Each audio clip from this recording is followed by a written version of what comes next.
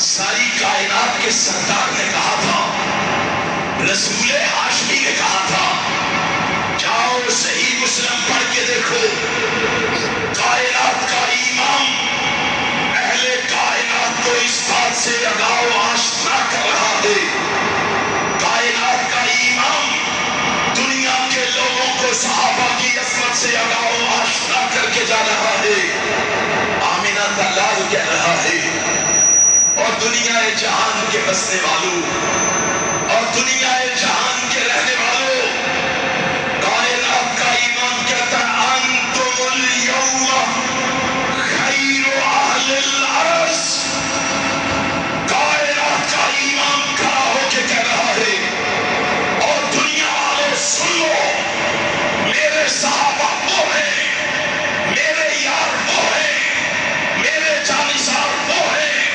میرے وفادار وہ ہیں جن کو اللہ نے یہ اعزاز بخشا ہے۔ آج کے دن روح زمین پر اگر سب سے کوئی بہتر ہے تو محمد کہتے ہیں وہ میرے صحابہ ہیں، سب سے اعلیٰ اور بلند و بالا ہے تو محمد کے صحابہ ہیں۔ رسول ہاشمی کیا بتا کے گئے کہ تابعین سے، تبع تابعین سے، ائمہ دین سے، مجتہدین سے، محدثین سے، مفسرین سے، مفکرین سے، محققین سے، مؤلفین سے، مؤرخین سے، مواحدین سے، مجاہدین سے، عابدین سے، زاہدین سے، صابرین سے، شاکرین سے، علماء سے، صلحاء سے، اتقیاء سے، اصفیاء سے، شرفاء سے، فضلاء سے، امراء سے،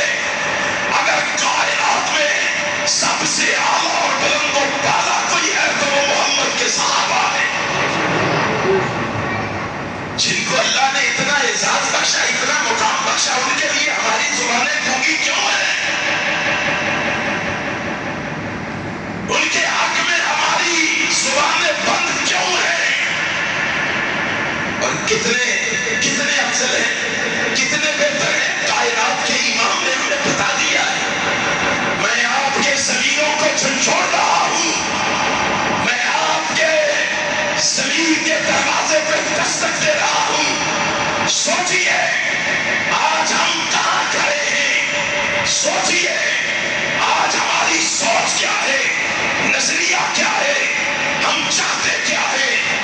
ان کی عظمت کے کیا کہنے۔ کائنات کے امام نے یہ بھی بتا دیا، بہتر ہے ساری کائنات سے تو کتنے بہتر ہیں، جاؤ صحیح بخاری پڑھ کے دیکھو، صحیح بخاری میں ہے، اور مومن اگر پھر بھی تیرا ایمان حرارت میں نہ آئے، اور مومن تیرا ضمیر پھر بھی نہ جاگے، اور مومن تو صحابہ کی عظمت کے لیے پھر بھی بیدار نہ ہو، اپنی قسمت پہ سونے سے پہلے ماتم کر کے سونا کہ وہ صحابہ جن کی عظمت کا اعلان ساری کائنات کا سردار محمد کر رہا ہے، میں نے ان کے لیے کیا کیا، میرا ان کے لیے کیا کردار ہے، میں نے ان کے لیے کیا کیا ہے۔ رحمت کائنات نے کیا کہا تھا، رسول ہاشمی نے کیا کہا، آقا آپ نے کہا بہتر ہیں، کتنے بہتر ہیں، رحمت کائنات نے فرمایا فَلَوْ أَنَّ أَحَدَكُمْ أَنفَقَ مِثْلَ أُحُدٍ ذَهَبًا مَا بَلَغَ مُدَّ۔ کائنات کے امام جناب محمد رسول اللہ فرما رہے ہیں، کوئی عام بندہ نہیں کہہ رہا،